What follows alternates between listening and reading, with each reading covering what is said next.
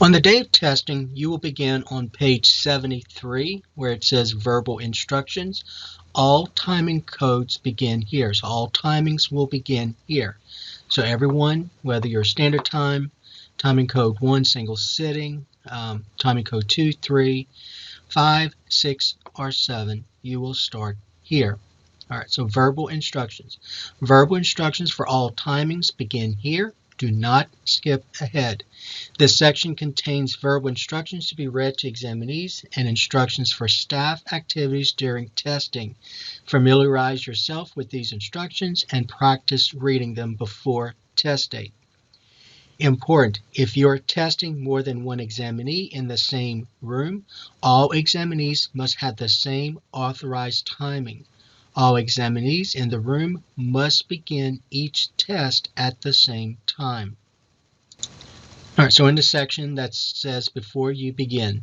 Before beginning testing, be sure the test session is prepared, started, and unlocked in Pearson Access Next.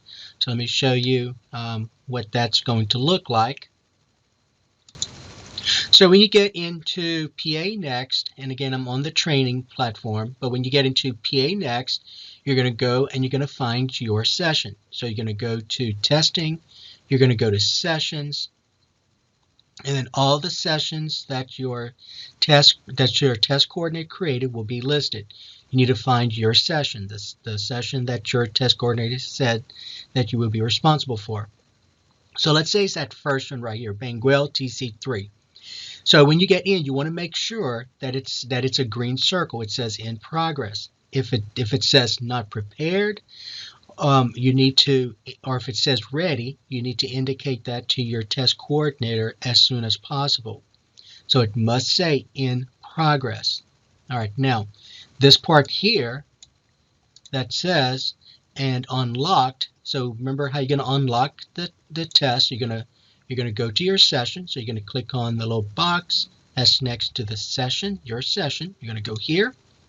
Then you're going to go to the little task pane, and then you're going to click on Show Students in Sessions and Control Sessions.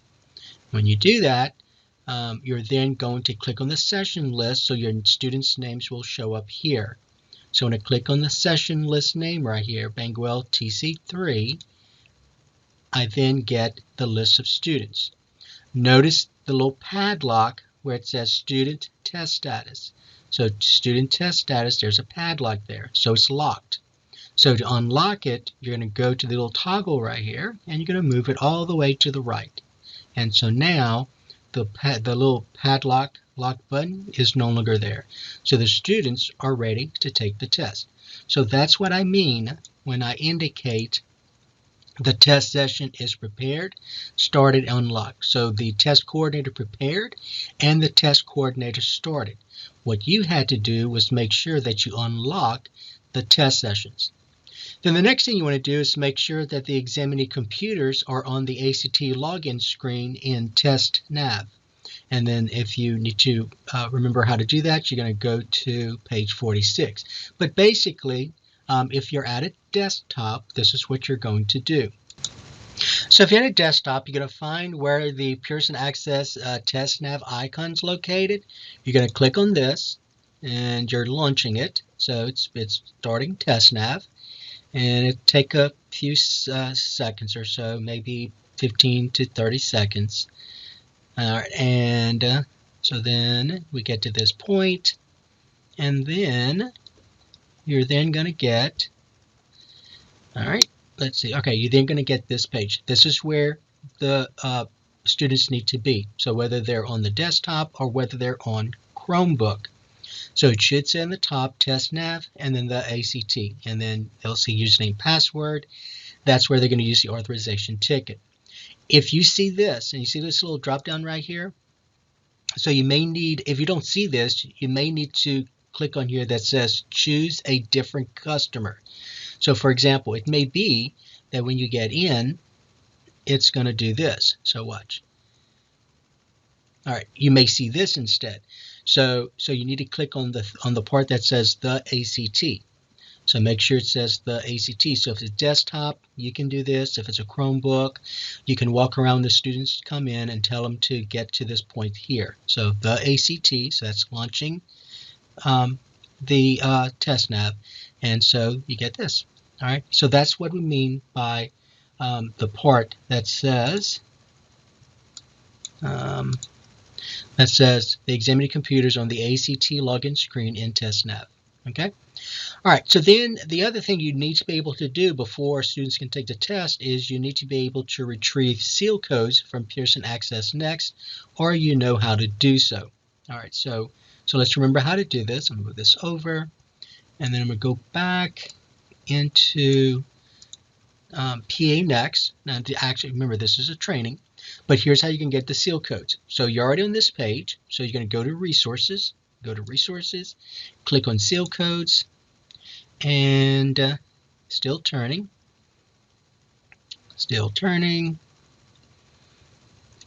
Doesn't take that long, and there are the seal codes. Make sure your session name is here. All right, make sure that's your session name, and then the start date will appear and the time that you opened the seal codes. I guess 6:29:35 a.m. And then here are the seal codes. So there's the one for English, the one for math, the one for reading, and the one for science. I'm not sure what that time 629 refers to. I mean, this is the date, but the time, I'm not sure what that refers to. It could be, oh, I know what it is. So this time that you see here is the time when the session was unlocked, I think. So that was when it was unlocked. So it was unlocked at 6:29:35 a.m. Okay? All right. Now, let's go back to this part here. All right, so you know how to retrieve seal codes, and then you have prepared roster for your room. So the test coordinator will have done that for you. So let me show you what that looks like. So if your standard time, and this is standard time online, that's a room form. Your test coordinator and yourself would have started completing this. So this is page 1. This is page 2, and during the English test, you as a room supervisor will have to draw a diagram of the room setup and the seating. So where the students are seated when you draw this diagram. So you are responsible for that.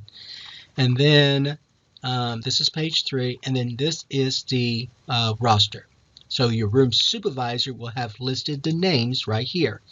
As the students come to your room, you're going to have to mark whether whether the student had a photo or whether you recognize the student. If you recognize, you must put your initials next to the letter R. If the student was absent, you put a dash for that student. All right. So that part where the students are listed will have been completed by the test coordinator. So that's the one for the standard time. For accommodations, it's a little bit more detailed. All right, so there's the first page. You and the test coordinator will have started completing this. Same as with the online, the room supervisor is responsible for completing the diagram and where the students are seated. So the names of the students.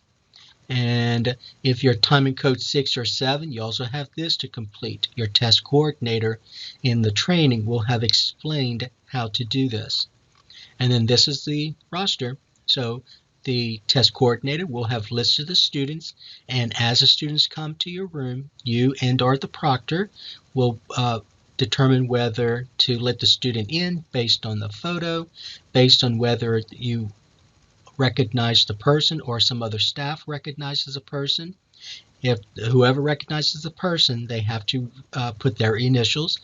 If the student is absent, you put a little dash. You're not going to have an ACT student identification form because this is state testing, and the students register for the test based on you or the state uploading students. The student did not register for the test themselves. Okay, so that is this part here that says you have the prepared roster for your room. Now, this is what you're basically going to do. So, for example, here's the students' names, right? So the room supervisor will have listed the test coordinator will have listed the students' names, and as the student comes in, you complete this part. Same thing for the standard time.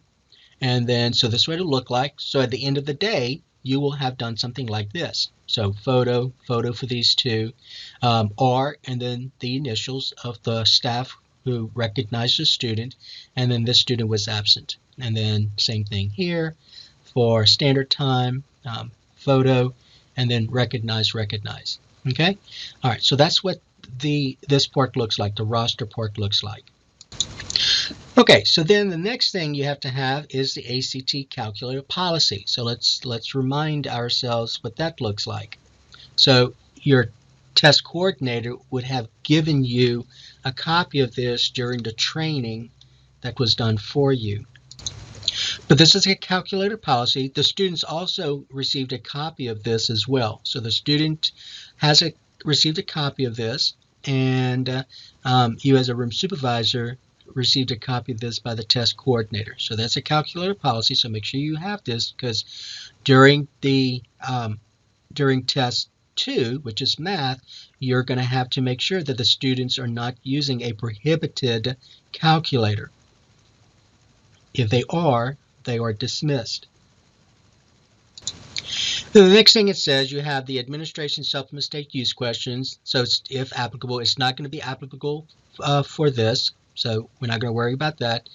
You have a supply of scratch paper and pencils, and you have accurate and reliable timepieces. So even though for all timing codes except timing code 6 and 7, even though the computer keeps track of the time, you must have reliable timepieces as well. You need 2 of them. You need 2 timepieces as well. So the computer will keep track for all timing codes except 6 and 7. But even if the computer is keeping track, you still have to use your timepiece, especially when a student, if you allow a student to go to the restroom, because you're going to have to time, you will have to time how long it took the student to go to the restroom, and you have to do an irregularity report. And then the other one, we don't do timing code 8 because that's the writing, so we're going to skip that one. All right, so let's go to the reading the verbal instructions. Reading the verbal instructions. To ensure standardized conditions, room supervisors must read the verbal instructions loudly, clearly, and exactly as written. This ensures all examinees receive consistent, accurate instructions. Read aloud only those instructions in the shaded boxes. Do not read aloud text that are in parentheses. Pause frequently and wait for the examinees to finish the task before proceeding. Look at the examinees to be sure they are following instructions. Read the correct instructions for your test room, paying close attention to the timing header and prompts for writing rooms versus those for no writing rooms. Perform all tasks only when directed to do so. So this is on page 73. And then on page 74, this is where you begin testing. So anything in bold, you're going to say to the students. Anywhere where it says say, anywhere where it says say, this is what you're going to say to the students. So look at number 1. So it says this: when all examinees have been admitted, seated, and have a pencil, greet them and make any general announcements. Then begin the verbal instructions and see general announcements to examinees on page 55. This is the general announcements to examinees on page 55. Now notice it says before testing again, you may make these announcements. It doesn't say you have to, it just says you may. So there's information on cell phones. Now remember the district has, if the district has a stricter policy for cell phones and electronic devices, the district policy applies. So when talking about cell phones and electronic devices, you must abide by the district policy and not by what ACT says. There's a section on calculators, section on HAS, institutional requirements, nervous noise, and restrooms. All right, so just remember for the restrooms, it's a good idea not to let a student go to the restroom during the test unless it's an emergency, because you are going to have to time how long it took the student to go to the restroom and then complete an irregularity report. But remember, this says you may, so talk to the test coordinator to see if anything of these little bullets here you need to do at this time. Okay, so we're on number 2. So number 2, it says we're going to do the no writing. So it says this: you must say, remember, anything that says say, you must say. You're about to take the ACT, which is composed of multiple choice tests in English, mathematics, reading, and science. Then number 3. All right, so let's talk about number 3. So that's where the district policy is stricter than the ACT policy. So for number 3, you're not going to read number 3. All right, so here's what you're going to read instead. Your test coordinator will have given you a copy. So you're going to read this instead. So let me go ahead and expand it. So this will be section 3 that you're going to read. So you're going to say, all items brought into the test site may be searched. Items suspected of being used to engage in misconduct may be confiscated and retained. Cell phones, smartwatches, fitness bands, and any other devices with recording, internet, or communication capabilities are prohibited unless authorized by ACT for your accommodations. You may not handle or access such devices during testing or during breaks. All electronic devices must not be in the testing room or used outside of the testing room while you are on break. Let me go ahead and scroll up. All right.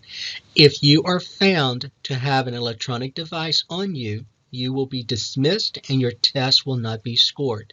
If you have a cell phone or other electronic device, power it off and give it to the room supervisor or proctor. These will be brought to the test coordinator. You will obtain these at the end of testing for that day. If you have an electronic device in a book bag or purse and that device sounds, you will be dismissed and your test will not be scored. If you are wearing an analog watch to track your time, remove it now and place it face up on your desk. So this is what you're going to read for item 3 on page 74 instead of what ACT says. All right, so you're not doing number 3. That's on page 74 of the manual. You're going to read instead this right here. Okay. All right, so that is number 3. All right, number 4, it says wait until all devices are powered off and stored and all watches are placed face up on the desk. All right, number 5, then you're going to say this. Now that you have powered off and stored away your device, now by stored away means that the student, if they had one, gave it to the room supervisor, and the room supervisor will then give it to the test coordinator. So now that you have powered off and stored away your device, you may not handle or access it again until you leave the test site at the end of testing. If you access a device or if a device activates or makes any noise or vibration, you will be dismissed and your test will not be scored. Are there any questions? All right, number 6. And then from this point forward, if you see an examinee with a phone or electronic device, or if a device makes noise, you must dismiss the examinee. Check that all devices were stored and then say, clear your desk of everything except pencils, erasers, your computer, and mouse. Place all personal items under your seat. You will not be able to access them during testing or the break. If you brought a calculator, put it under your seat. You may use it only during the mathematics test. Keep the aisles clear. Then on page, let's see, this is on page 75. On page 75, number 7. Once the desks are cleared, say, a complete list of the prohibited behaviors was provided in taking the ACT, state testing and district testing. In addition to the reminders I've already given you about electronic devices, alarms, and cleared desks, note the following behaviors that can also result in dismissal. You may not give or receive assistance by any means. This includes looking at another person's test. The test is confidential and remains so even after the exam is complete. You may not remove any materials from the test room. You may not discuss or share test questions or answers during test administration, during breaks, or after the test. You may not disclose test questions or answers in any way or at any time, including through social media, in whole or in part. Finally, eating, drinking, and the use of tobacco or reading materials are not permitted in the test room. If you are observed or suspected of engaging in prohibited behavior, you will be dismissed and your test will not be scored. Do you have any questions about prohibited behavior? All right, number 8, address questions and then say, I will move around the room during testing to monitor activities. If you have a question during testing, raise your hand. Number 9, say, I will now hand you your student authorization ticket. This ticket is unique and is to be used only by you to log into the testing system. Do not share your ticket with anyone. When you receive it, check to be sure your name is printed on it. If it's not your name, or if you didn't receive a ticket, raise your hand. So number 10, at this point, you're going to move around and hand each examinee their authorization ticket. Now, look closely what it says underneath there. It says if the wrong name is on the ticket, or if the examinee has no ticket, contact the test coordinator immediately. Do not allow an examinee to use another examinee's ticket. If it's the correct name but misspelled, allow the examinee to use the ticket, submit an irregularity report. Note, keep unused tickets secure so no one else has access to them. Now, one or two reminders I need to tell you about, and that's this. So once you start handing out these, or once you've handed out the student authorization ticket, remember this. So let me go and remind you of this. All right, so this is on page 49 of the administration booklet. Important. Here's what it says. Absolutely no one may be admitted to the test room after student authorization tickets are distributed. If this policy is violated, scores for the examinees admitted late will be canceled.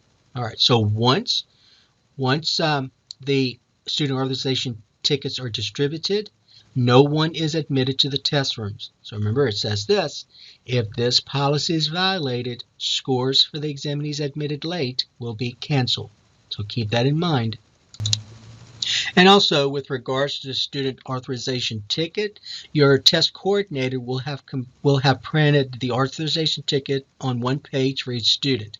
So the student's going to see, let me go ahead and expand this a little bit larger. So the student's going to see information about themselves, so the student's first, last name, the student ID, the session name, date of birth, and the test. And then right here is the username and password. So that's what they're going to use when they go into TestNav.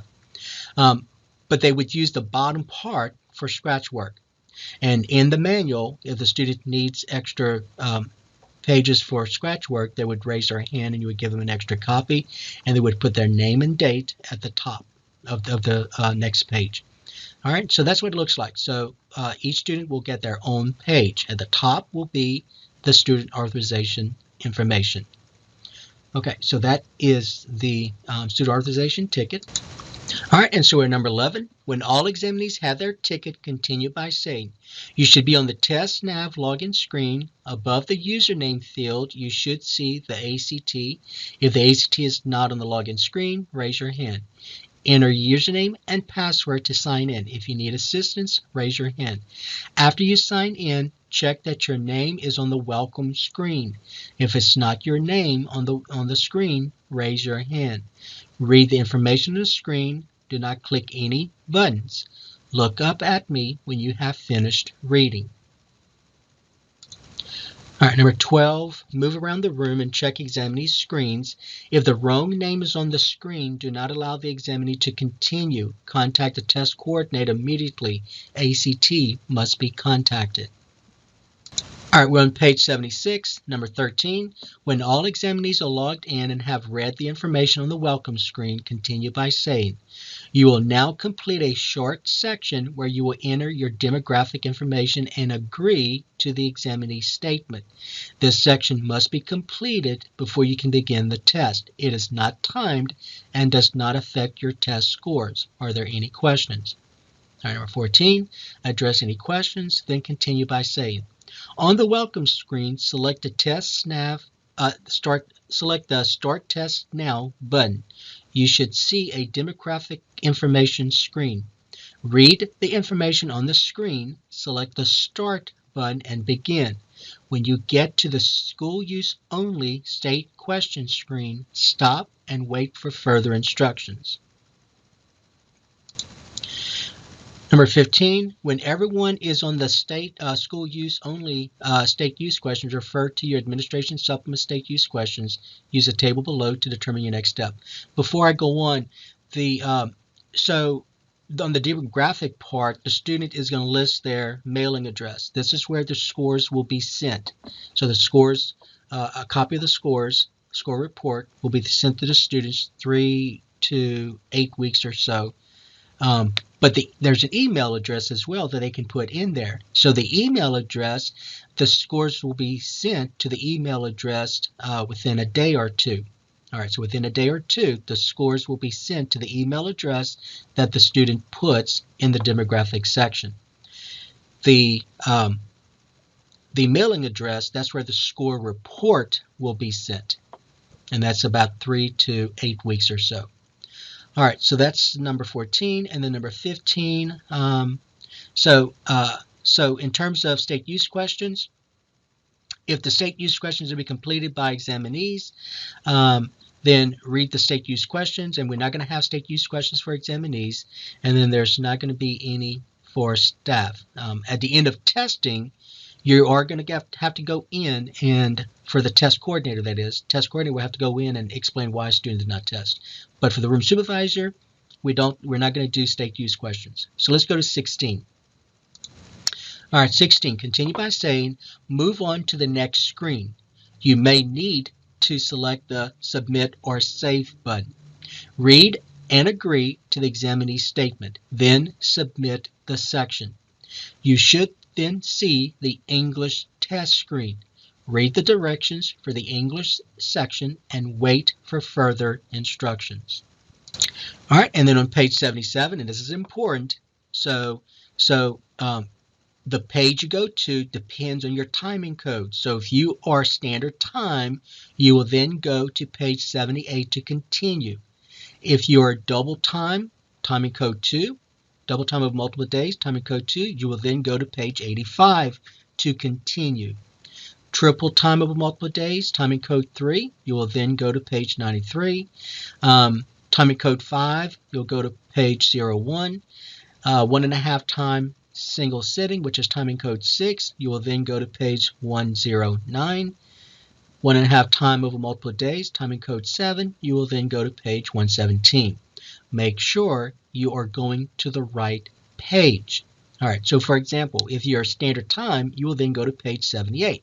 So let me just go to page 78 just to show you.